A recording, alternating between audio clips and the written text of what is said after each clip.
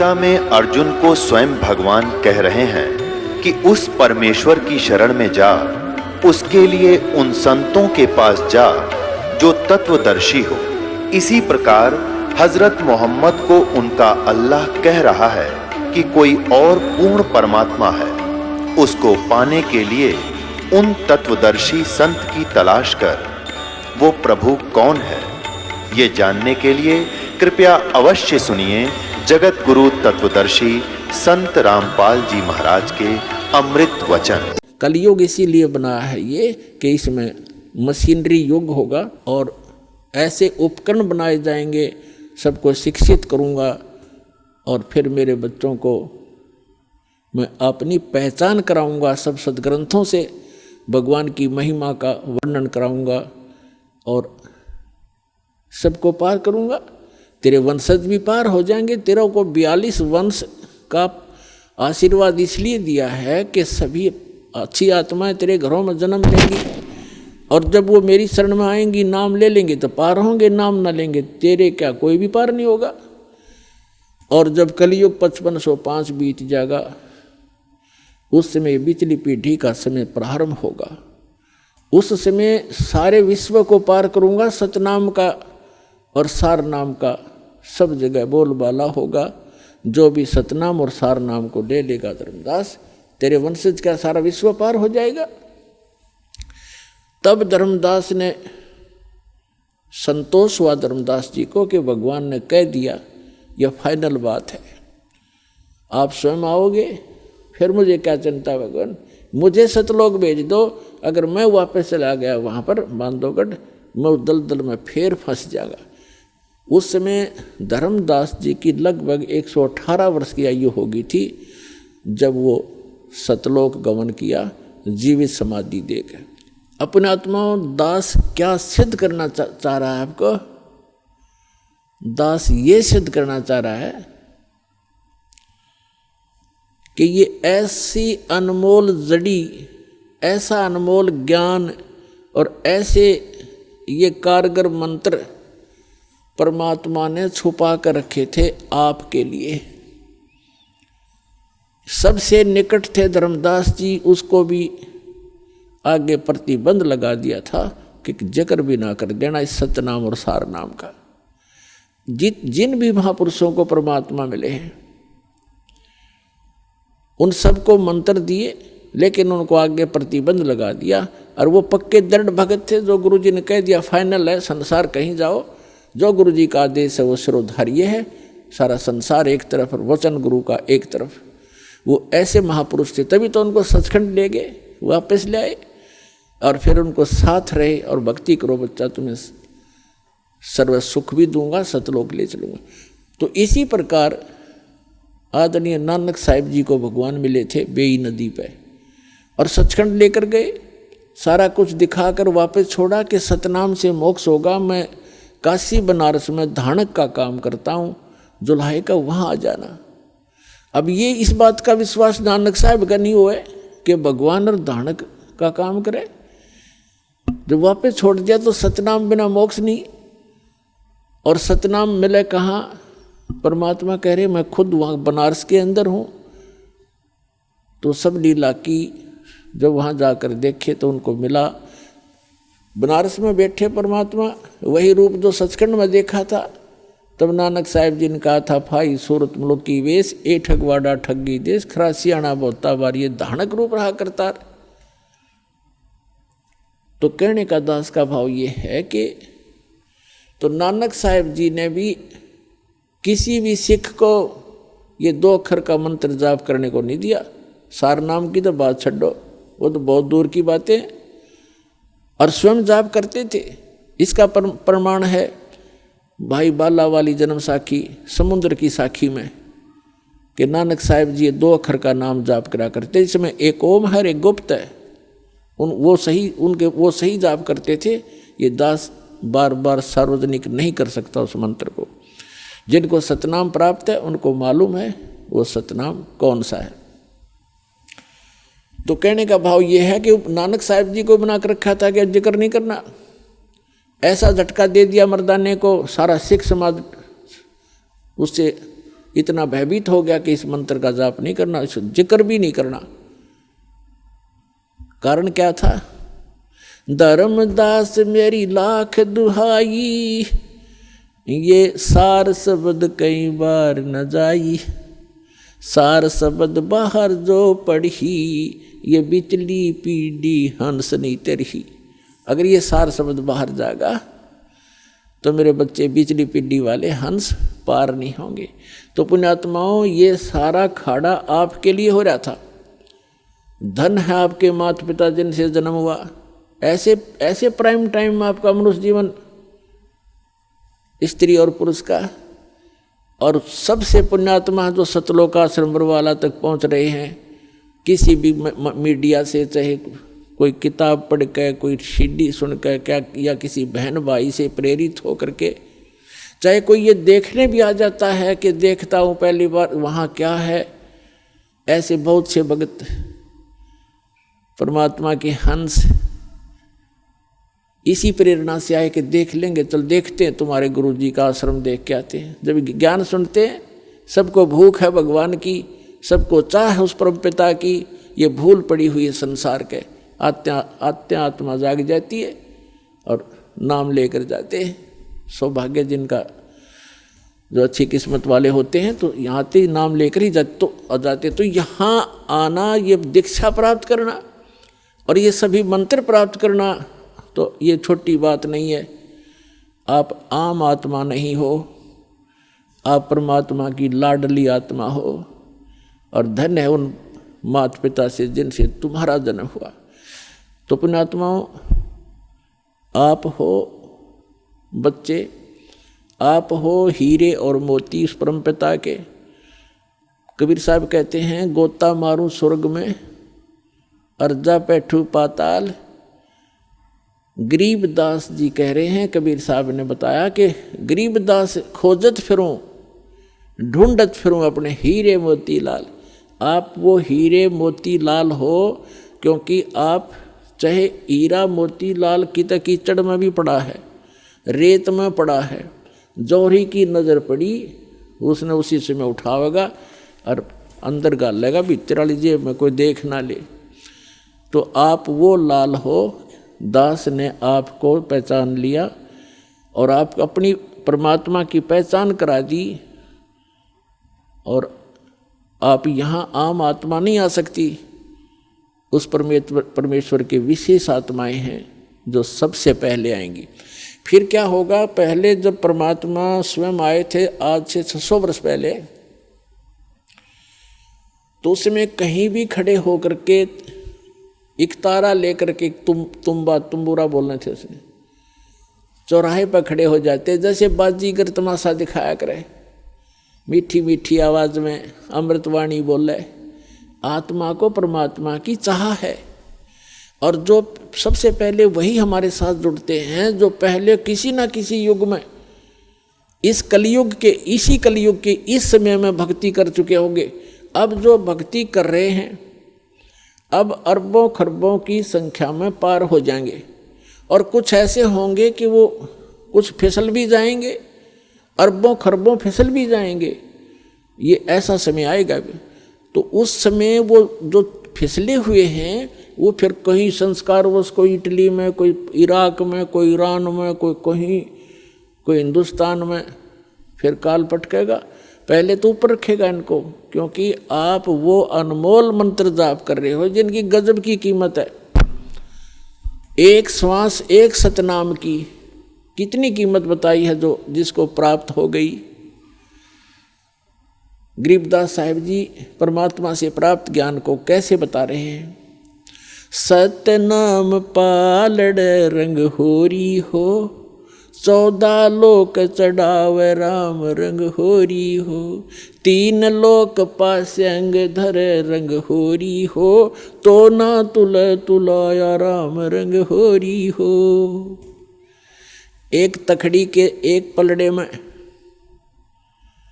सतनाम की 2 अक्षर के मंत्र का विधिवत साधन मंत्र जाप करके गुरु जी से लेकर दास से, अधिकारी से, और एक श्वास के सिमरन की कितनी वैल्यू है।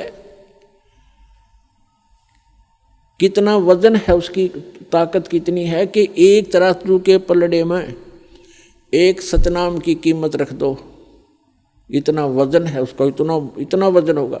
और 14 दूसरे पलड़े में 14 लोग चढ़ावे, विष्णु का लोक, शिव का लोक, ब्रह्मा जी का लोक, दुर्गा जी का लोक, और ये सब खेड़े द्वीप और ये तलोतल, ये जितने 14 लोग चढ़ावे। और 3 लोक पासेंग धरे, 3 लोक यानी पृथ्वी और स्वर्ग और पाताल लोक। पासेंग क्या होती है थोड़ा समझा दूं, या हरियाणा की भाषा में गरीबदास साहिब जी ने ये अनमोल ज्ञान बोला है। पासेंग क्या होती है? दास का जन्म एक किसान परिवार में हुआ। हमारे घर पर ये व्यापारी लोग गेहूं, चना, बाजरा मोल लेने आते थे, तो वो देसी तखड़ियाँ होती थी, पहले हाथ से पकड़ कर तोला करते थे। उस ऐसे लटक जा, उसको ऊपर पकड़ने का एक रस्सी सी बांध रखी होती थी सेंटर में, दोनों तरफ पलड़े लटक रहे होते थे। तो हमारे पिताजी कहते थे कि भाई सौदागर यानी लाला जी, तेरी तखड़ी चेक करा, इसमें पासिंग ना हो। पासिंग माने एरर। तो जो भी जो पलड़ा नीचे को होता था, दूसरा ऊंचे को होता था, तो ऊंचे वाले में कुछ उसी कणक को उठाकर, जैसे 50 मन गेहूं तोलने हैं तो गेहूं की एक मुट्ठी भर के दूसरे पलड़े में डाल दी जाती थी, ताकि उनका बैलेंस हो जाए, एररलेस ताखड़ी हो जाए तराजू। उसको पासिंग कहा करते थे। उसी कणक में तो उठा के एक मुट्ठी और तराजू के एक पलड़े में डाल ली, बस वो तो पासिंग है उसका, वो तो सौदे में है ही नहीं। सौदा से तो उससे अलग है, वो 50 मन गेहूं लेने उसने। तो यहाँ गरीबदास साहिब जी कहते हैं, सत्य नाम एक पालड़ रंग होरी हो, और दूसरे में 14 लोक चढ़ावे राम रंग होरी हो। इनकी कीमत 14 लोक की कीमत एक तरफ रख दे, और ये पृथ्वी लोक एक एक लाटों पर मरे कटके। कहते 3 लोक तक पासिंग दर दे, पृथ्वी लोक, स्वर्ग लोक और पाताल लोक। तो एक सतनाम की कीमत तो ना तुले तुलाया राम रंग होरी हो। ये राम, ये नाम ऐसी खुशी देगा आपको। तो इस सतनाम की एक कीमत, एक सांस भी आपने ले लिया, कितनी कीमत बनेगी। आप कितने जाप करते हो, कितना धन भक्ति का आप बैंक बैलेंस बना रहे हो, ये बैंक बैलेंस आपको पार करेगा, और यहाँ का नकली बैंक बैलेंस आपको यहीं पर ओझा के मार देगा। तो परमात्मा कहते हैं अपना इस मार्ग को ग्रहण करो। तो जो दास बताना चाह रहा था कि सबसे पहले अब वो पुण्यात्मा आएंगी जो पीछे बिछड़ गए थे पिछले उस कलयुग में। चतुर्युग जो आते हैं और उनमें फिर कोई ऐसा कलयुग में ही दाव लगता है। तो उनको अब जैसे किसी ने 2 वर्ष नाम लिया, किसी ने 4 वर्ष लिया, किसी ने 10 वर्ष लिया, और वो फिर नाम छोड़ गया, क्योंकि जो वो गिरेगा वही रहेगा, वही जो यहाँ से दूर हो जाएगा। अब क्या बताते हैं, सतगुरु विमुखा युग युग रोवे, और मानुष जन्म पाके खोए। सतगुरु का नाम ले लिया सच्चे गुरु से, और फिर उससे विमुख हो गया, छोड़ गया, किसी भी अपनी गलती से या कोई उसमें दोष आ गया, कोई पाप कर्म अड़ गया, तो कहते सतगुरु विमुखा युग युग रोवे, और मानुष जन्म पाके खोए। तो एक श्वास की कीमत कितनी है। और प्रथम मंत्र आप इन्हीं सभी देवताओं के मूल मंत्र आपको प्राप्त हैं। ये भी बहुत अजब मंत्र हैं, इनकी बहुत कीमत है। तो फिर ये काल क्या करेगा, आपको कैसे नचाएगा। जैसे प्रथम मंत्र में गणेश जी का मंत्र है, ये मूल मंत्र है इनके, इन मंत्रों के बिना लाभ नहीं होगा। और ये मंत्र भी अधिकारी से हो और पुण्यात्मा हो।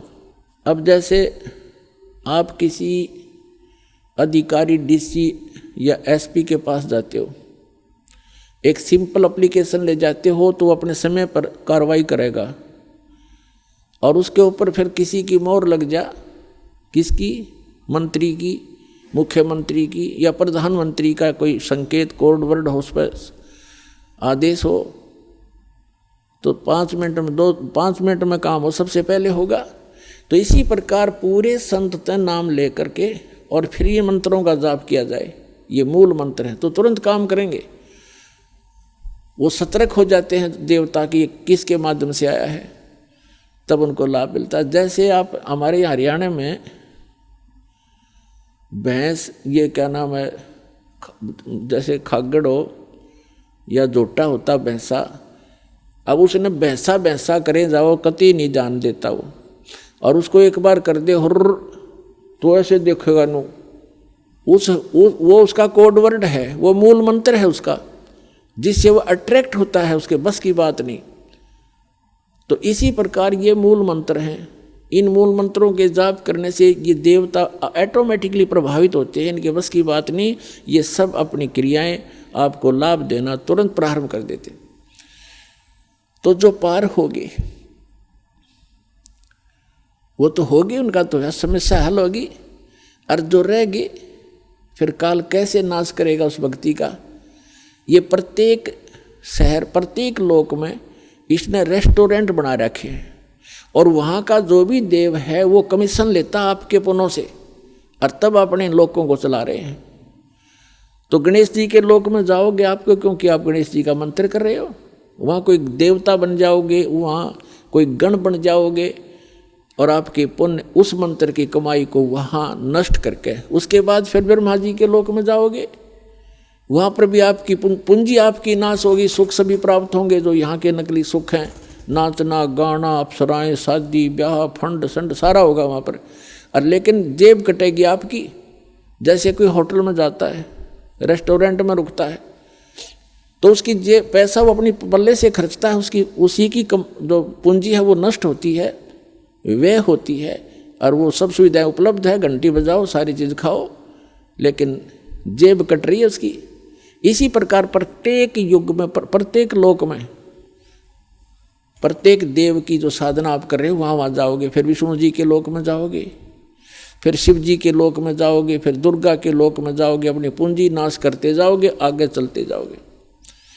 जिन्होंने सतनाम का जाप कर रखा है वो फिर ब्रह्मलोक में जाएगा। ब्रह्मलोक में इस काल ने के और धोखा कर रखा है, उसमें 4 विभाग कर रखे, स्वर्ग को 4 भागों बांट रखा है, और उसका नाम लिख दिया नकली सतलोक, अलखलोक, अगमलोक, अनामी लोक।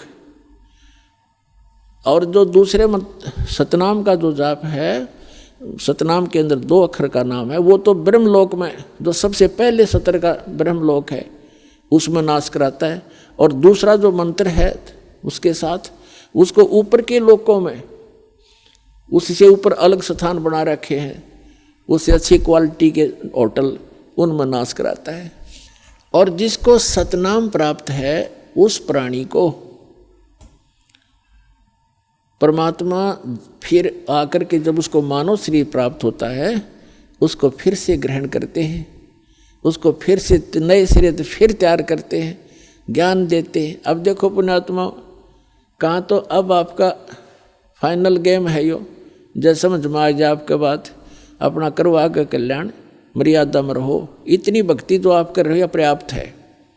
परमात्मा को सब पता है कि इस काल के लोक में कौन कितनी भक्ति कर सकता है, यो करण नहीं देता, 100 टेंशन पैदा करके रखता है एक व्यक्ति के। बताइए जीव कैसे पार होगा, कैसे भक्ति करेगा। तो इसलिए इन्होंने ऐसा अनमोल मंत्र दे दिया कि सारे दिन में 100, 200, 500 मंत्र भी सतनाम के कर लिए मैं तो भी पार कर दूंगा। मालूम है मालिक को कि ये कर नहीं सकते, इस हालत कर रखा है इसने जालिम ने, तो ऐसा अनमोल मंत्र दे दिया कि इसकी कीमत इतनी गजब की बना दर दी कि ये आप पे आपकी जो है संग इतनी बढ़िया कमाई बन जाएगी।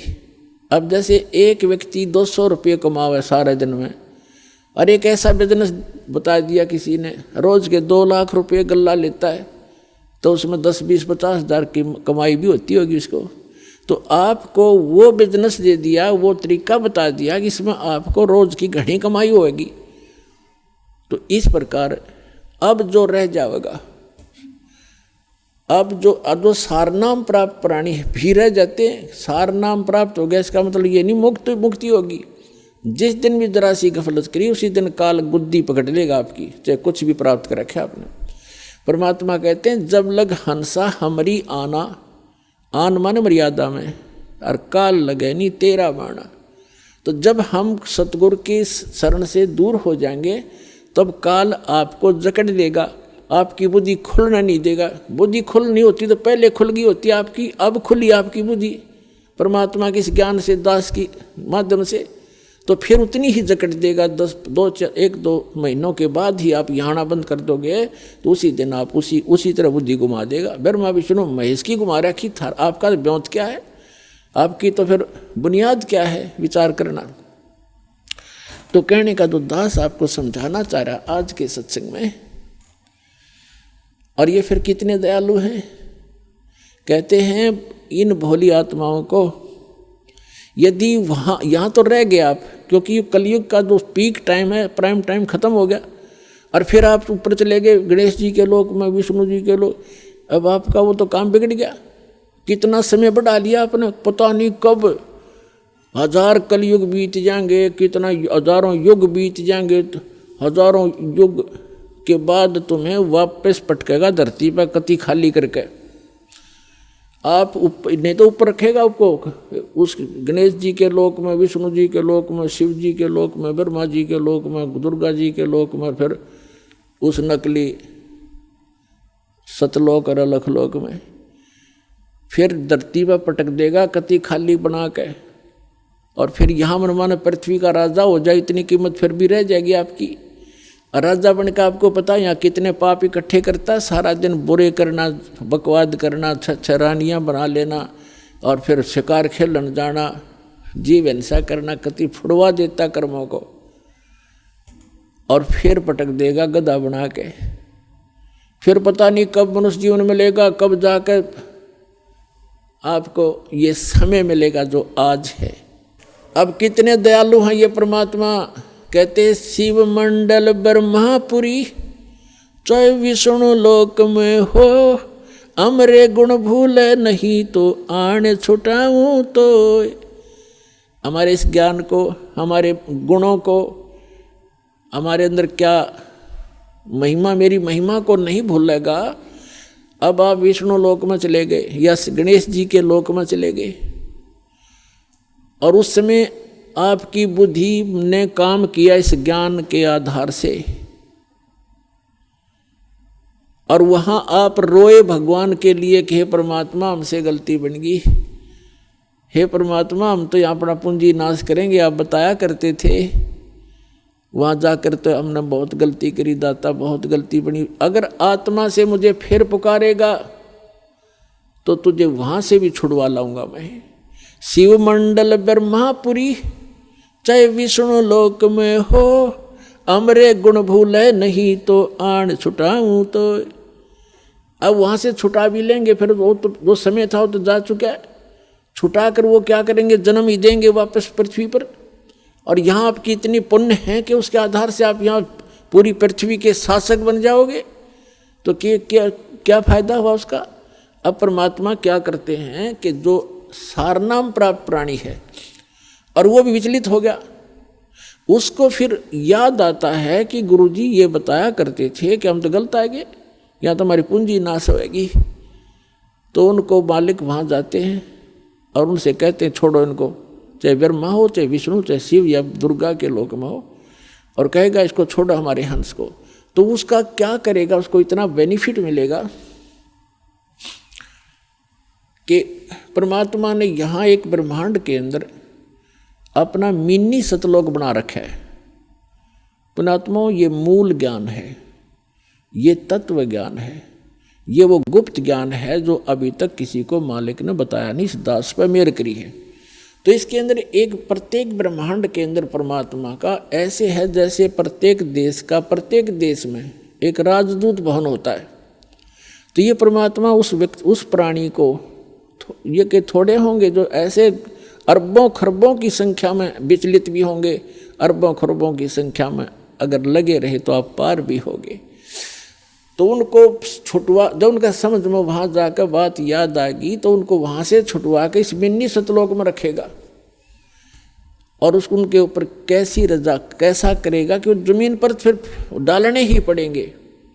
उनको सतयुग से फिर जन्म देगा, इनके हाथ नहीं लगने देगा काल के ऊपर के लोकों में। तो सतयुग में जो अच्छी आत्माएं, जैसे आप देखते हो सतयुग के अंदर, सतयुग कैसे आएगा, कलयुग कब नष्ट होगा, 43,20,000 टोटल समय है 4 युगों का, और 4,32,000 समय है इस कलयुग का। जब कलयुग का लास्ट होगा उस समय सूक्ष्म वेद में लिखा है कि सभी प्राणी मांसाहारी हो जाएंगे और 20 वर्ष की आयु मनुष्य की रह जाएगी।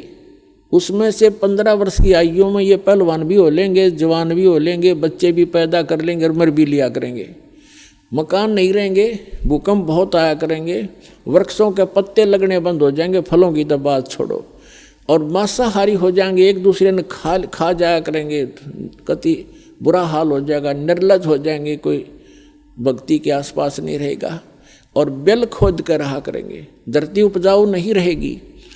कहते हैं 3 हाथ अंश खींच लेत कलयुग धरती का, और उगे कोई ना बीज हाल कह दो पृथ्वी का।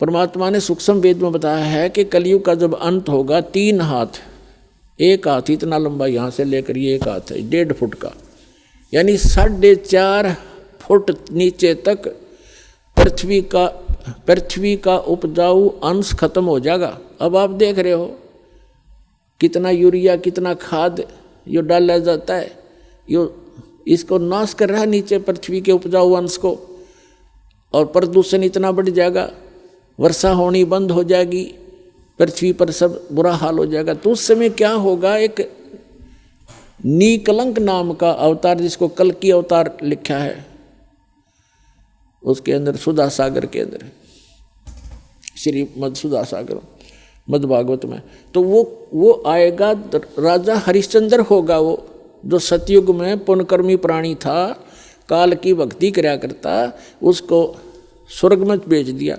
अब उसको विष्णु जी के लोक में, वहाँ से फिर इसको अवतार 10वां अवतार बना के भेजा जाएगा कल की नाम से।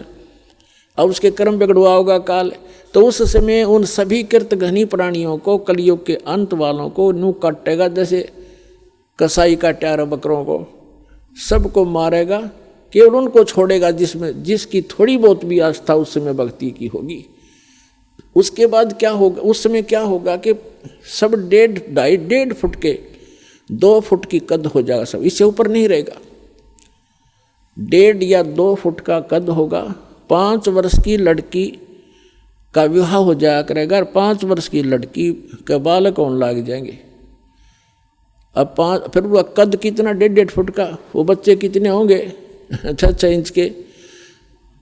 तो इस प्रकार वो कलयुग का अंत होगा। उसमें क्या होगा, क्योंकि एक तो संसारिक लोगों के किस्मत के आधार से वर्षा होती है, उनके पुण्यों के आधार से, फिर परमात्मा अपने हिसाब से सृष्टि क्रम को चेंज करते समय इतनी जबरदस्त वर्षा होगी, पृथ्वी के ऊपर कई फुट, 20-20, 30-30 फुट पानी खड़ा हो जाएगा पूरी पृथ्वी पर, और जो वहाँ व्यक्ति बचे हुए होंगे वो ऊपर के पहाड़ी क्षेत्र में चले जाएंगे, ऊंचे स्थानों पर।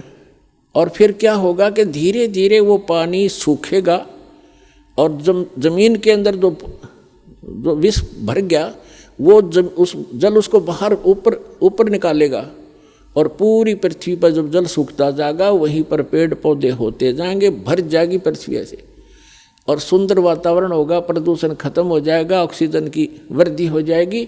तो उल्टा काम होगा, माँ बाप तो 1.5 फुट के और बेटे होंगे 3-3 फुट के बच्चे, बेटा बेटी, यानी कद बढ़ने लग जाएगा उनका।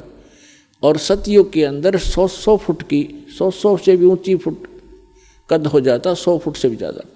कहने का भाव ये है कि उस समय जो आत्माएं जन्म लेंगी वो होंगी जो परमात्मा ने वहाँ लुटने पिटने तक बचा ली थी, और उनको अपने मिन्नी सतलोक में रख लिया था, उनको फिर जन्म देगा। अब उनके खूब बढ़िया संस्कार, बढ़िया वातावरण बनाया भगवान ने, सुंदर फलदार वृक्ष होंगे, कोई काम नहीं।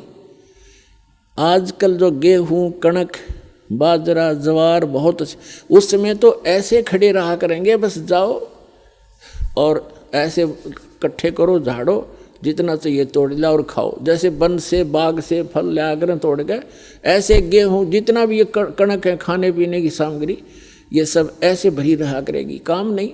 और फिर वो क्या करा करेंगे, काल तो इनके पीछे लगा रहता है कि इनको पता नहीं लगे, भक्ति का भ्रमित करवाता है मनु बना के, मनु जी वो गलत ज्ञान भरवाता है। और फिर ये सभी उसी आधार से भक्ति भी करते हैं, समाधि भी लगाते हैं, क्योंकि उन्होंने भक्ति कर रखी पहले सतयुग कलयुग में। अब भक्ति बिना नहीं रह सकते। प्रत्येक प्राणी सतयुग में साधना करता है, समाधिस्थ हो जाता है, सारा सुख होता है, शरीर भी स्वस्थ होता है, कोई कष्ट नहीं होता, मानसिक परेशानी नहीं होती। तो उस समय इनको भक्ति मार्ग पर लगाना बड़ा कठिन हो जाता है। तब परमात्मा ने काल ने परमात्मा से कहा था कि 3 युगों में जीव कम ले जाना, और चौथा युग जब कलयुग आवे तब तो शरण जीव बहु जावे। काल ने सोचा था 3 इन युगों में इनको भक्ति, ये भक्ति युक्त रहेंगे, इनमें ये भक्ति करके पार ना हो जाए, इसलिए 3 युग मालिक से मांग लिए। वो तो चतुर न्यों बनया था, अक भाई चल 3 युग में इनकी भक्ति का नाश करवा दूंगा मैं, और फिर ये बन जाएंगे भिखारी कलयुग में। और फिर नकली संत पंथ भेज कर, जैसे ये अन्य पूजाएं देवी देवता और मंदिर की बनवा के इनको गलत साधना पर लगा दूंगा। ये कति भक्ति योग नहीं रहेंगे। अब देखो पूरा चीन नास्तिक हो गया, पूरा रूस नास्तिक हो गया। और ये राधा स्वामी पंथ ऋषि ब्रांच जितनी बड़ी हुई, दंदन सतगुरु दोनों दाल और जय गुरुदेव, इसमें आपको दिखा दूंगा। जिस मार्ग पर नहीं लगे तो आने वाले 50 वर्ष के अंदर सब नास्तिक हो जाएंगे, राम नाम कहने वाला नहीं रहेगा। ऐसे दुख आएंगे इनके घर पे, क्योंकि भगवान का सहारा नहीं। फिर पिछले पुण्य कब तक चलेंगे प्राणी के, तब तक वो सुखी दिखाई देंगे। फिर कैर टूटने लग जाएगा इनके घरों पे, सब नास्तिक हो जाएं, कहेंगे कोई भगवान नहीं कहीं पर भी। और काल यही चाहता है कि नास्तिक हो जाएं, फिर आए जाओ भगवान और उसका दूत, उसका दास, कोई सुनेगा ही नहीं। लेकिन भगवान ने पता था कि सतयुग त्रेता द्वापर में इनको सारे सुख होंगे और ये भक्ति नहीं कर सकते मेरे वाली, इसलिए फरी छोड़ देता। ठीक है भाई, इन 3 युगों में ना ले जाऊंगा मैं, कल युग में ले जाऊंगा। अब देखो यहाँ कितने दुखी आते हैं, पुण्य खत्म हो लिए, पाप का दौर शुरू हो गया। वो नकली संतों से, नकली साधनाओं से कोई आगे लाभ चारदर लगा नहीं, तो दुख है दुखाने थे। तो परमात्मा को पता था ये मुझे तभी चाहेंगे जब ये महादुखी हो जाएंगे, जब तक इनको सुख है ये कोसों दूर रहते मेरे से। अब उन आत्माओं का जन्म होगा सतयुग में, जो दास आपको बता रहे हैं।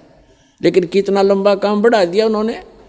अब फिर सतयुग में समझे नहीं, क्यों सब सुखी, फिर स्वदेशी बन जाएंगे, पाक जाएंगे, उनमें सिद्धियाँ होती हैं, थोड़ी भक्ति से उनमें सिद्धियाँ आ जाएंगी। अगस्त ऋषि ने 7 समुद्र पी लिए एक घूंट में, और प्रभु पाक गया। आज तक गुण गाए जाते हैं, खा खाइए फिर क्या हो गया मोक्ष उसका, एक 7 समुद्र पीण की सिद्धि बनाने से, प्राप्त कर लेने से। तो काल ऐसे डिलेड हुआता है। तो कहने का भाव ये दास का कि साथ साथ फिर अन्य नई जनरेशन, नए भी संस्कार वश उत्पन्न होते रहते हैं।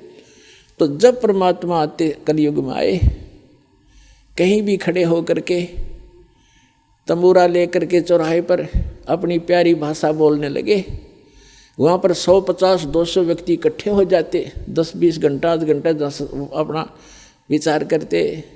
वहाँ ये वाणी बोलिया करते भगवान जो सूक्ष्म वेद की है, मानुष जन्म पाया कर नहीं रट हरि नाम, जैसे कुआं जल बिना भाई बनवाया क्या काम। सर्व सोने की लंका थी वो रावण से रणधीरम, एक पलक में राज विराजी जम के पड़े जंजीरम, मन तू सुख के सागर बसरे भाई और न ऐसा यसरे। अब ये वाणी आत्मा के सीधी जाकर लगे तो वहाँ बैठे भगत, उनमें से 20, 30, 50 आकर चरणों में बैठ जाते, हे भगवान हमें को दीक्षा दो, को रास्ता बताओ। तो इस प्रकार परमात्मा के 64 लाख शिष्य हो गए थे। 64 लाख उस समय, आज से 600 वर्ष पहले, और उनको सुख दिए। फिर उनको ये प्रथम मंत्र के 5 नाम दिया करते थे दाता। इन 5 नामों का गाटा जोड़ दिया इन दूसरे पंथ नकलिया ने, इनके ये 5 नाम बिना समझ में आए। निरंकार ओंकार ज्योत स्वरूपी निरंजन सतनाम और फलाना नाम वट वट देने लगे। तो भाई पूरे ग्रुप ने बात बने नहीं।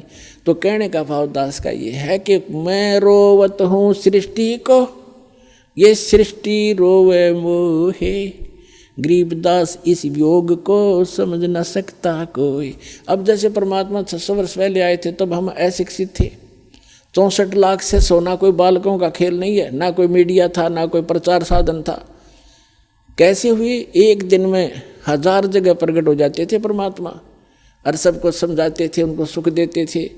क्योंकि सबको इतना सुख दे दिया कि वो समझ में नहीं आया करते। उनका ये संत के आशीर्वाद से मुझे ऐसा लाभ हो गया, नाम लेते इतने सुख होने लगे।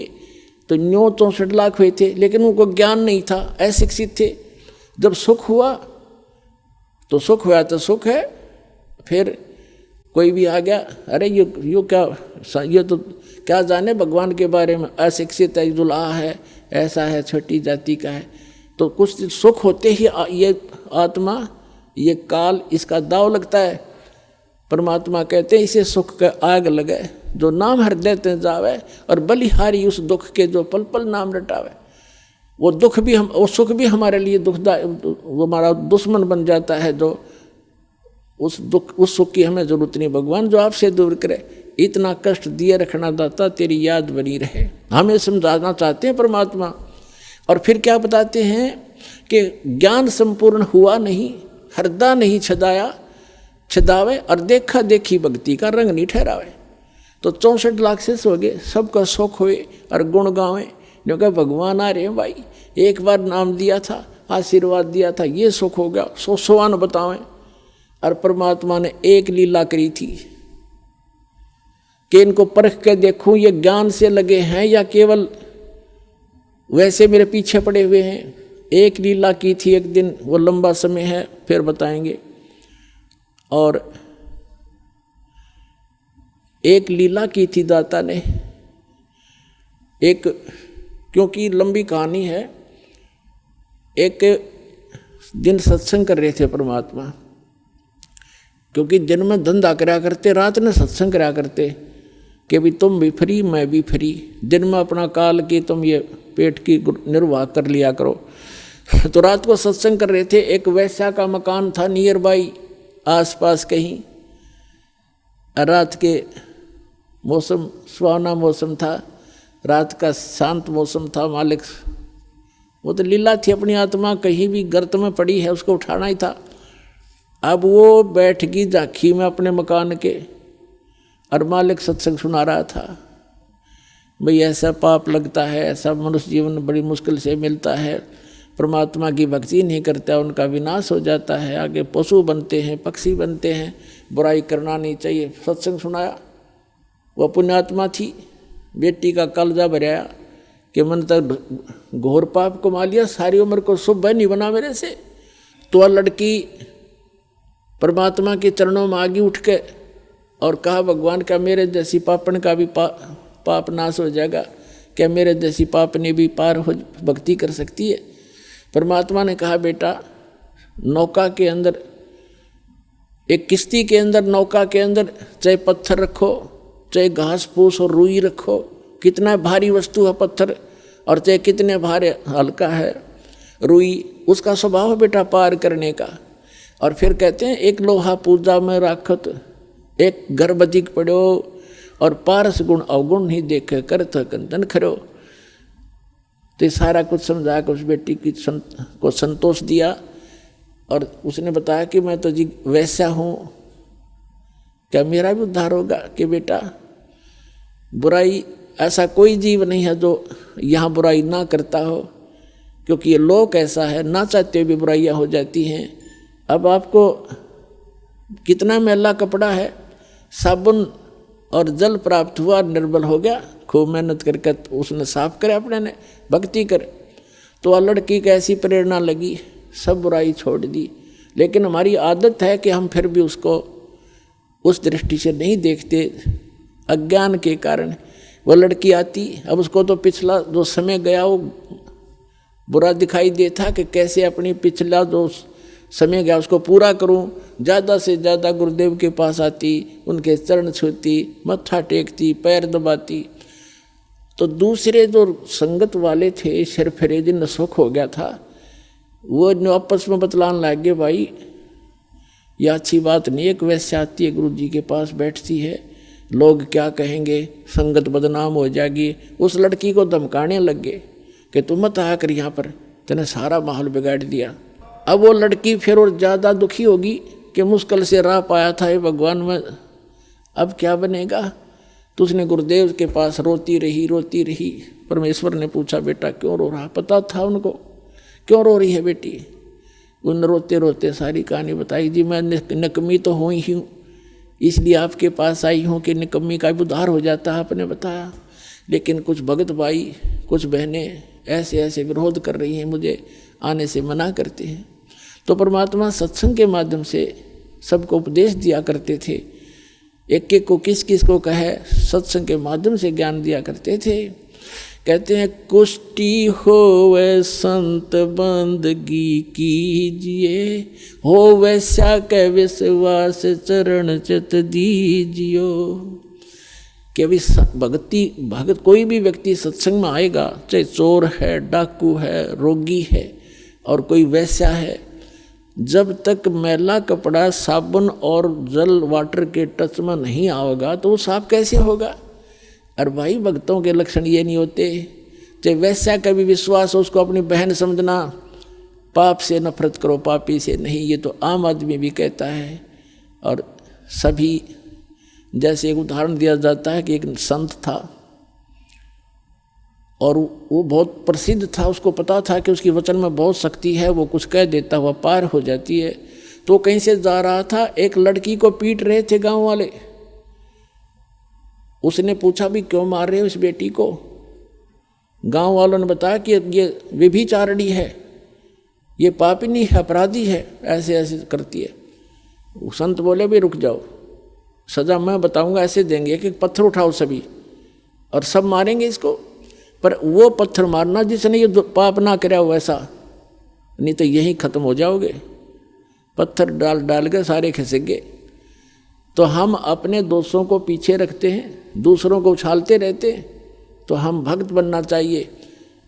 अब कुछ दिन तो शांत हुए, फिर धीरे धीरे बकवाद करने लगे कि भी अच्छा नहीं लगता। तो परमात्मा ने देखना था कि ये भक्त नहीं है जब गुरु की आज्ञा पालन नहीं कर रहे। जब तक मैं भगवान था, जब इनका सौ सुख हुआ करते थे, अब देखते हैं इनको क्या होगा।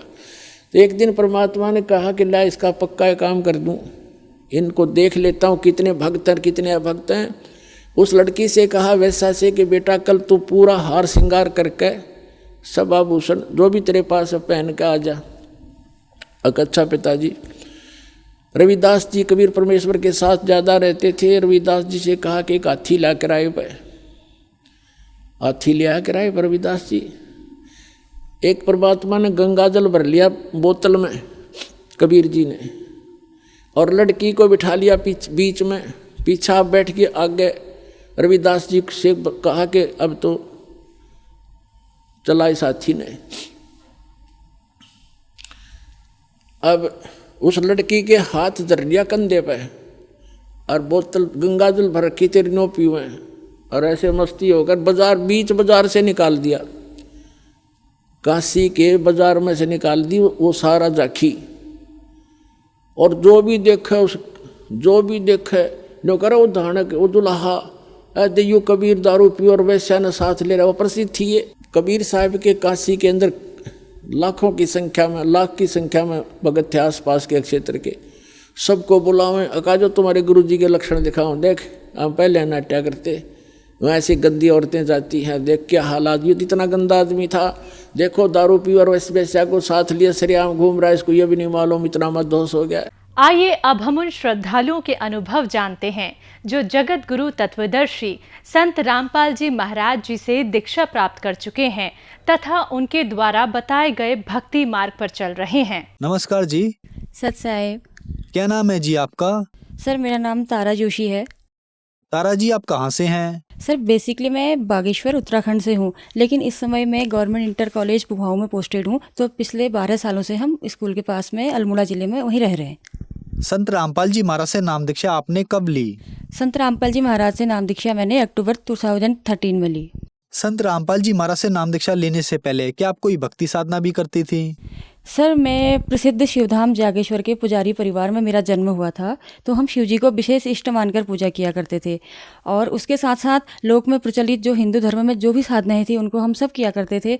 मैं नियमित तौर पर गीता जी का, रामचरितमानस का और श्री विष्णु सहस्त्रनामा का पाठ किया करती थी। अन्य धार्मिक पुस्तकें, पुराण, सुख सागर, ये सब भी हमारे घर में रखे हुए थे, उनका भी मैंने पार्टली अध्ययन किया हुआ था। सर, मेरे पिताजी, मेरे ताऊजी और मेरे चाचा जी जो थे बहुत लंबे समय से जागेश्वर धाम में पूजा अर्चना किया करते थे, वहाँ पर पुजारी का कार्य किया करते थे। तो इसीलिए हम शिव जी को विशेष इष्ट मानकर पूजा साधना किया करते थे। और उसके अलावा अन्य जो भी लोक में प्रचलित साधनाएं हैं वो सब हम किया करते थे। और मैं नियमित रूप से गीता जी का, श्री रामचरितमानस का और श्री विष्णु सहस्त्रनाम का पाठ किया करती थी। मैं कुछ समय के लिए गायत्री परिवार से भी जुड़ी रही। आपने बताया कि आपके पिताजी, आपके भाई जागेश्वर मंदिर में पूजा अर्चना करते थे, तो क्या कारण बना कि ऐसे परिवार में जन्म होने के बावजूद भी आपने संत रामपाल जी महाराज को अपना गुरु बनाया? हाँ सर, बहुत लंबे समय तक हम शिव जी को ही इष्ट माना करते थे, उन्हें सबसे सर्वशक्तिमान देवता माना करते थे। हमने कभी सोचा भी नहीं था कि हम कोई गुरु बनाएंगे, क्योंकि मतलब एक ब्राह्मण कुल में जन्म लेने के कारण एक ब्राह्मण लोग ये कहते हैं कि हम जन्म से ही गुरु पद पर हैं, हम तो अन्य को शिक्षा देते हैं, हमें कोई और गुरु बनाने की आवश्यकता ही नहीं है। तो हमने कभी भी नहीं सोचा था कि हम किसी को भी मतलब शिव धाम की पूजा के अलावा हम किसी को गुरु बनाएंगे। तो इत्तेफाक ऐसा हुआ कि जब मैरिज के बाद मैं ससुराल में गई तो एक दिन 2010 में मेरे हस्बैंड जो हैं वो टीवी चैनल बदलते बदलते उनको संत रामपाल जी महाराज के प्रवचन वाला चैनल मिल गया, साधना चैनल। तो उसमें वो तो सुनते ही फर्स्ट डे अट्रैक्ट हो गए और संत रामपाल जी महाराज जो भी ज्ञान दे रहे थे उसको सुनने लगे और उनको शायद समझ में भी आने लगा, लेकिन मुझे कुछ समझ में नहीं आया। जब 1 महीने या उससे थोड़ा समय ज़्यादा देखने के बाद मेरे हस्बैंड को समझ में आया तो उन्होंने एक दिन मुझसे कहा कि हम इतने सारे सत्संग प्रवचन आज तक देखते थे, हमने इस चैनल को तो देखा ही नहीं, अध्यात्म का सबसे इंपॉर्टेंट ज्ञान तो इसमें बता रहे हैं संत रामपाल जी महाराज। तो मैंने कहा ऐसा क्या इंपॉर्टेंट ज्ञान बता रहे हैं? फिर उन्होंने मुझे स्टेप बाय स्टेप बताया कि आज तक हम ब्रह्मा विष्णु महेश की पूजा करते थे, देवी जी को जानते थे, ब्रह्म तक हम जानते थे, लेकिन अब शास्त्रों से प्रमाणित करके ये संत रामपाल जी महाराज ये बता रहे हैं कि इससे ऊपर अक्षर पुरुष हैं और उसके बाद परम अक्षर पुरुष पूर्ण ब्रह्म है और पूर्ण ब्रह्म की साधना से ही पूर्ण मोक्ष मिलेगा। यदि हम निचले देवी देवता जिनकी भी जैसे त्रिदेवों श्री ब्रह्मा जी, श्री विष्णु जी और महेश जी की पूजा साधना करेंगे तो कुछ समय के लिए हमें इनके लोकों में स्थान मिल जाएगा, लेकिन बाद में क्या होगा कि वो समय पूरा होने पर जितनी हमने भक्ति की होगी हमें फिर से मृत्युलोक में आना पड़ेगा। फिर मैंने भी सोचा अगर मोक्ष का मतलब तो हुआ कि पूर्ण मोक्ष ही होना चाहिए, चाहे हम कितने लॉन्ग पीरियड के बाद आ रहे हैं, लेकिन इसी चक्र में आ गए फिर वो तो मोक्ष कहाँ हुआ, इसका मतलब तो मुझे भी सुनना चाहिए कि आखिर संत रामपाल जी महाराज क्या कह रहे हैं। तो मैंने भी सुनना शुरू किया। तो धीरे धीरे सत्संग सुनने के दौरान जब हमने फिर SMS करके ज्ञान गंगा पुस्तक भी मंगाई, उसको पढ़ा, तब हमें पूर्ण विश्वास हुआ कि संत रामपाल जी महाराज जो ज्ञान दे रहे हैं वो सब धर्म ग्रंथों के आधार पर है, सत्य है। हम बरवाला आश्रम में गए, वहाँ हमने संत रामपाल जी महाराज से नाम दीक्षा ली और संत रामपाल जी महाराज द्वारा दी गई भक्ति करने लगे। संत रामपाल जी महाराज से नाम दीक्षा लेने के बाद आपको क्या लाभ मिले? बिल्कुल सर, जो संत रामपाल जी महाराज से नाम दीक्षा लेने के बाद हमें लाभ मिले, इतने लाभों की हमने कल्पना भी नहीं करी थी, क्योंकि शुरुआत से ही हम भक्ति से जुड़े हुए थे और कोई ऐसा दर नहीं था जहाँ पर हम गए न हो, जहाँ पर हमने शीश न झुकाया हो, जिस भगवान को हमने याद न किया हो। लेकिन हम भूल गए थे कि भगवान की भक्ति से कोई लाभ भी मिलते हैं। लेकिन जहाँ अब हम हार चुके थे, हम ये सोच रहे थे कि चलो ठीक है, सारी भक्ति हमने कर ली, इनको भी करके देख लेते हैं। तो उसके बाद मैंने देखा कि मैं बहुत शारीरिक पीड़ाओं से उस समय गुजर रही थी। पहले तो शारीरिक रूप से मैं स्वस्थ थी, लेकिन जब मेरी बेटी का जन्म हुआ उसके कुछ समय बाद मुझे इतनी बीमारियां लग गई थी कि मैं सोचने लगी अभी मेरी शादी को अभी 1.5-2 साल हुआ है, मेरे ससुराल वाले भी सोचेंगे कि शायद हमें झूठ बोलकर बीमार लड़की की शादी हमारे घर में कर दी। मैं कैसे बताऊं कि मुझे इतनी बीमारियों ने घेर लिया, क्योंकि मुझे पाइल्स की दिक्कत हो गई थी और 365 दिन मुझे कोल्ड रहता था और सबसे बड़ी मुझे इंटरनल इन्फेक्शन की दिक्कत हो गई थी। वो मैंने बहुत सारे डॉक्टर्स को दिखाया तो कहीं से ठीक नहीं हुआ। हुआ तो मैं ये सोचती थी कि शायद ये बीमारियां मेरी अब ठीक नहीं होंगी। तो संत रामपाल जी महाराज से जब मैंने प्रथम दिन नाम दीक्षा ली, संत रामपाल जी महाराज ने मेरे सिर पर आशीर्वाद भरा हाथ रखा, तो मेरी पाइल्स की और कोल्ड की दिक्कत उस दिन समाप्त हुई और तब से आज तक कभी नहीं हुई। लेकिन इंटरनल इन्फेक्शन मेरा कुछ समय तक बना रहा और उसके बाद जब मुझे सतनाम प्राप्त हो चुका था, फिर मैंने परमात्मा से संत रामपाल जी महाराज जी से प्रार्थना की कि मैं इंटरनल इन्फेक्शन से बहुत परेशान हूँ और ये किसी भी दवाई से ठीक नहीं हो रहा। तो संत रामपाल जी महाराज ने कहा बेटा ठीक हो जाएगा। फिर मुझे विश्वास हो गया था कि जब मेरी 2 बीमारियां ठीक कर रखी हैं तो ये भी ज़रूर संत रामपाल जी महाराज ही ठीक करेंगे। लेकिन सर 2 वर्ष लगे और 2 वर्ष में वो जाके ठीक हुई और उसके बाद से आज तक मुझे किसी बीमारी से कोई पीड़ा नहीं है। सर दूसरा लाभ ये था कि मेरी मदर जो है कैंसर 3rd स्टेज में पहुंच चुकी थी। शुरुआत में तो हमें पता नहीं चला, जब हमें पता चला तब डॉक्टर ने ये कहा कि ये तो मतलब ऑपरेशन की स्टेज से भी बाहर चली गई हैं, अगर हम इनका ऑपरेशन करेंगे तो ये कैंसर और फैल जाएगा, शायद ये फिर रुके नहीं। तो इसीलिए उनकी कीमोथेरेपी और रेडियोथेरेपी हुई थी बत्रा हॉस्पिटल दिल्ली में। और उस समय डॉक्टर ने हमसे कहा था कि यदि हमारा ट्रीटमेंट सक्सेस हुआ तो इनकी 2-2.5 साल एज एक्सटेंड हो सकती है, लेकिन हम इस बात की गारंटी नहीं दे सकते कि ऐसा होगा भी या नहीं। सर उस समय तो हम 2-2.5 साल को भी बहुत लंबा समझ रहे थे, हम इतने में भी खुश थे कि हमारी माँ और 2-2.5 साल जी जाएगी। लेकिन जब उन्होंने अपना ट्रीटमेंट पूरा किया, मम्मी घर आई तो मम्मी को बहुत दर्द होता था, वो बिल्कुल असहनीय दर्द, और मम्मी को देख के हम दुखी होते थे पर हम कर कुछ नहीं पाते थे। तो उसके बाद मेरे पिताजी जो थे वो जो यहाँ पर लोकल लेवल पर जैसे भूत पूजा की जाती है उसमें बलि दी जाती है या इस तरह की पूजाओं पर बिल्कुल यकीन नहीं करते थे। सब लोगों ने हमसे कहा कि तुम यहाँ अपने जो आपके कुल के इष्ट, वो भूत को इष्ट कहते हैं, तो उनकी पूजा आप नहीं करते हो, इसलिए शायद आपको ऐसा हो रहा। तो हमने पापा से बहुत रिक्वेस्ट की, पापा सब लोग कहते हैं कि हम भूत पूजा नहीं करते तो शायद इसीलिए मम्मी बीमार है, एक बार आप मान जाइए। अब मम्मी का अंत समय देखकर पापा ने भी हमको परमिशन दे दी कि बेटा अगर तुम्हारी माँ ठीक हो जाती है तो तुम जो करोगे मैं उसमें तुम्हारे साथ हूँ। तो सर उसके बाद हमने बहुत बड़ा मंदिर बनाया, लोकल देवता गंगनाथ जी कहते हैं, बहुत पैसे भी खर्च हुए और वहाँ पर हमने 2 बकरों की बलि भी दी कि हम कुछ भी चीज़ ऐसी छोड़ना नहीं चाहते थे कि जिससे हमें बाद में पछताना पड़े कि हम नहीं कर पाए। तो कुछ नहीं हुआ। मम्मी इतना दर्द से तड़फती थी कि मतलब हम बहुत दुखी तो होते थे लेकिन हमारे पास कोई रास्ता नहीं था। लेकिन जब संत रामपाल से नाम दीक्षा लेने मैं गई थी उस समय मम्मी नहीं आई हुई थी। मेरी मम्मी का मामला शायद ऐसा इकलौता हो जो कि संत रामपाल जी महाराज द्वारा दिए गए अमृत जल से पहले ठीक हुई, तब वो नाम दीक्षा लेने जा सकी, क्योंकि यदि वो उनकी तबीयत ठीक नहीं होती तो वो बिल्कुल भी यात्रा करने में सक्षम नहीं थी। तो मैंने संत रामपाल जी महाराज से प्रार्थना की। विश्वास तो नहीं था उस समय मुझे, क्योंकि हमने कोई लाभ होते देखे नहीं थे, लेकिन मैंने कहा कि संत रामपाल जी महाराज से मेरी मम्मी का स्वास्थ्य बहुत ख़राब है, या तो आप उसे ठीक कर दीजिए ताकि हम आपकी शरण में ला सकें, या फिर उसके शरीर को मुक्त कर दीजिए ताकि मतलब हम उसको रोज़ दर्द से तड़पता ना देखें। तो संत रामपाल जी महाराज ने कहा कि बेटा क्या हुआ है मम्मी को? मैंने कहा गुरुजी कैंसर की पेशेंट हैं। तो संत रामपाल जी महाराज ने मुझे सर एक अमृत जल की शीशी दी थी और कहा कि ये अपनी मम्मी को दे देना, वो ठीक हो जाएंगी। जब हम घर लाए तो पहले दिन अमृत जल दिया तो मम्मी को आराम हुआ थोड़ा सा। फिर मैं रोज़ पूछती मम्मी कुछ आराम है क्या? मम्मी कहती थी हाँ मैंने आज भी दवा नहीं खाई, फिर अगले दिन भी नहीं खाई। तो हमने सोचा ये कैसा चमत्कार हो गया कि कहीं से मम्मी ठीक नहीं हुई लेकिन यहाँ पर से कैसे ठीक हो सकती है। फिर जब 1 महीना बीत गया था, संत रामपाल जी महाराज ने ही मेरे मन में प्रेरणा की। मुझे ऐसा महसूस हुआ कि अगर संत रामपाल जी महाराज ठीक कर सकते हैं और मैंने वचन दिया था कि मैं यहाँ लेके आऊँगी, शायद समय पर नहीं ले जाऊँ तो फिर पुरानी स्थिति में आ जाए। मैंने मम्मी से पूछा क्या आप बरवाला आश्रम तक आ सकती हो? जो मम्मी पहले 5 किलोमीटर जाने के लिए भी सोचती थी, मना करती थी कि बेटा मैं नहीं जा पाऊँगी, मुझे बहुत कष्ट है। उसने कहा हाँ, क्योंकि उसको रिलीफ मिल चुका था। उसके बाद तो मम्मी बरवाला आश्रम गई, संत रामपाल जी महाराज से नाम दीक्षा ली। आज संत रामपाल जी महाराज की दया से उन्हें सारनाम मिल चुका है और वो बिल्कुल स्वस्थ हैं। जब मेरी मम्मी कैंसर का ट्रीटमेंट करने गई थी तो डॉक्टर ने कहा था कि हम इनकी सर्जरी करेंगे, वो सक्सेस होगी तो ये 2-2.5 साल और जी सकती हैं। और परंतु संत रामपाल जी महाराज से हमने नाम दीक्षा ली तो उसके बाद अब मम्मी को न तो कोई दवाई खानी पड़ती है, न किसी प्रकार की सर्जरी की ज़रूरत है। इन बातों को आज 10 वर्ष पूरे हो गए हैं और अभी इस समय भी मम्मी को कोई दिक्कत नहीं है। सर हम दोनों हस्बैंड वाइफ गवर्नमेंट एम्प्लॉई हैं, तो सब लोग ये मानते हैं कि गवर्नमेंट जॉब वाले ठीक ठाक अर्निंग कर लेते हैं, वो बात सही भी है। लेकिन मेरे हस्बैंड के जो शौक थे तो उनको महंगी शराब पीने का और मीट मांस खाने का बहुत शौक था। मैं तो मांस का सेवन नहीं किया करती थी। तो मेरे हस्बैंड ने अपने घर में मतलब तरह तरह की जो है शराब रखी हुई थी, उसको वो अपना स्टेटस सिंबल मानते थे। तो हम कुछ भी बचत नहीं कर पाते थे, हमारे पास कोई भी सेविंग नहीं थी।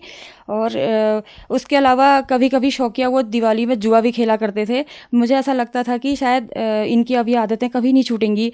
और मैं कहा भी करती थी तो मुझसे कह देते थे कि जो इन चीज़ों को नहीं करता उसे तो आज के ज़माने में पिछड़ा माना जाता है, ये तो आधुनिक लोगों की पहचान है। तो मैं तो हार चुकी थी, फिर मैं ज़्यादा कुछ कहा भी नहीं करती थी। और संत रामपाल जी महाराज की शरण में जाने से पहले ही, मतलब सत्संग सुनने से ही मेरे हस्बैंड ने मीट खाना तो बंद कर दिया था। सत्संग प्रवचनों से इतना प्रभावित हुए। और जिस दिन मेरे हस्बैंड संत रामपाल जी महाराज से नाम दीक्षा लेने गए, उसके पहली शाम को भी उन्होंने अपने दोस्तों के साथ पार्टी की थी और उनसे कहा था कि मैं आज आपसे विदा ले रहा हूँ, आज के बाद मैं आपके साथ ये पार्टी नहीं कर पाऊँगा। उस दिन से मेरे हस्बैंड ने शराब नहीं छुई। तो उसके बाद से ये 2013 से आज 8 साल का समय पूरा होने को तो है। हमने कई जगह ज़मीनें जोड़ी, मकान बनाया, अच्छी तरह से अच्छी सेविंग रहती है। जबकि वही नौकरी हम पहले भी कर रहे थे, उसी नौकरी को आज भी कर रहे हैं। संत रामपाल जी महाराज जी की कृपा से हमारे पैसे में बरकत है।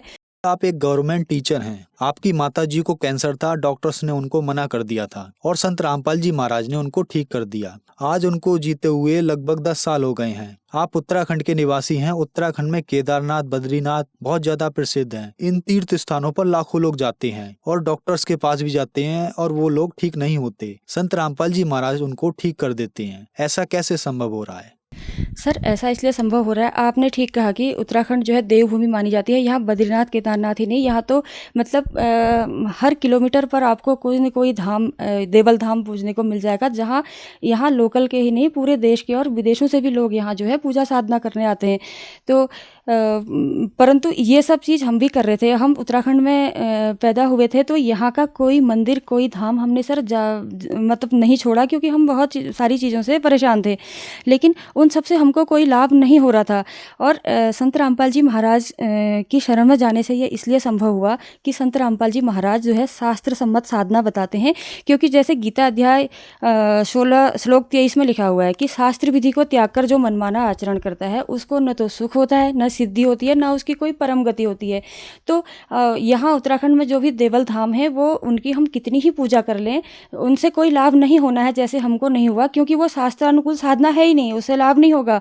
तो संत रामपाल जी महाराज द्वारा दिए गए भक्ति मंत्रों से इसलिए लाभ होगा कि ये मंत्र हमारे शास्त्रों से प्रमाणित हैं। और यदि शास्त्र विरुद्ध साधना हम मनमाने ढंग से कितनी भी करती रहें, तो वो साधना की सही विधि नहीं है। अगर कोई भी काम सही विधि से नहीं किया जाता तो उसमें सफलता नहीं मिलती, तो अध्यात्म मार्ग में कैसे मिलेगी। तो आज के दिन में मतलब पूरे विश्व में संत रामपाल जी महाराज के अलावा किसी के पास सत्य भक्ति के मंत्र नहीं है। वो अपनी अपनी कथाएं कहते हैं, गीता को दबा करके जरूर रखते हैं, श्रीमद् देवी भागवत को दबाकर जरूर रखते हैं हाथ के नीचे जो प्रवचन करते हैं, और कथा वो अपनी कहते हैं, बोल देते हैं कि इसमें लिखा हुआ है। जिस दिन उनके अनुयायी श्रद्धालु लोग खुद किताब खोलकर देखने लग जाएंगे, वो प्रश्न उन्हीं से करेंगे कि जो आप कहा करते थे ये गीता में लिखा है, ये श्रीमद् देवी भागवत में लिखा है जिससे हम प्रवचन कर रहे हैं, तो वो कहाँ पर है। तो अभी शिक्षित समाज है, थोड़े समय बाद जागेगा और सब लोगों को संत रामपाल जी महाराज का ज्ञान स्वीकार करना ही पड़ेगा और लाभ भी तभी मिलेंगे। सर, ये कंप्लीट और फाइनल मोक्ष मार्ग है। इसके अलावा और हर कसौटी पर खरा उतरेगा, कोई भी किसी भी तरीके से जांच सकता है इसको। बहुत सारे दर्शक आज आपको टीवी पर देख रहे हैं। बहुत सारे लोग ऐसे हैं जिनको बहुत सारी बीमारियां हैं या कैंसर है, उनके लिए आप क्या कहना चाहेंगी? सर, मैं जो भी लोग या तो सांसारिक दुखों से पीड़ित हैं या सत आध्यात्मिक मार्ग को खोज रहे हैं, मैं उन सबसे यही कहना चाहूँगी कि यदि आपको इन दोनों चीज़ों को प्राप्त करना है तो अंततः आपको संत रामपाल जी महाराज का सत्संग सुनना पड़ेगा, उनकी शरण में आना पड़ेगा, उनके ज्ञान को स्वीकार करना पड़ेगा, और यहाँ आकर के निश्चित रूप से आपको लाभ होंगे, जैसे कि हमको हुए हैं। संत रामपाल जी महाराज से नाम दीक्षा कैसे ली जा सकती है? सर, संत रामपाल जी महाराज से नाम दीक्षा या संत रामपाल जी महाराज के विषय में जानकारी प्राप्त करने के लिए आज अनेक टीवी चैनलों पर संत रामपाल जी महाराज के प्रवचन प्रसारित होते हैं। और उनके सत्संग प्रवचनों के दौरान टीवी पर जो नंबर डिस्प्ले होते हैं, उन नंबरों पर भगत समाज संपर्क करके संत रामपाल जी महाराज से नाम दीक्षा लेने के विषय में जानकारी प्राप्त कर सकता है। आप वहाँ संपर्क करके नाम दीक्षा प्राप्त करके संत रामपाल जी महाराज से मिलने वाले लाभ उठा सकते हैं। धन्यवाद जी। अच्छा है।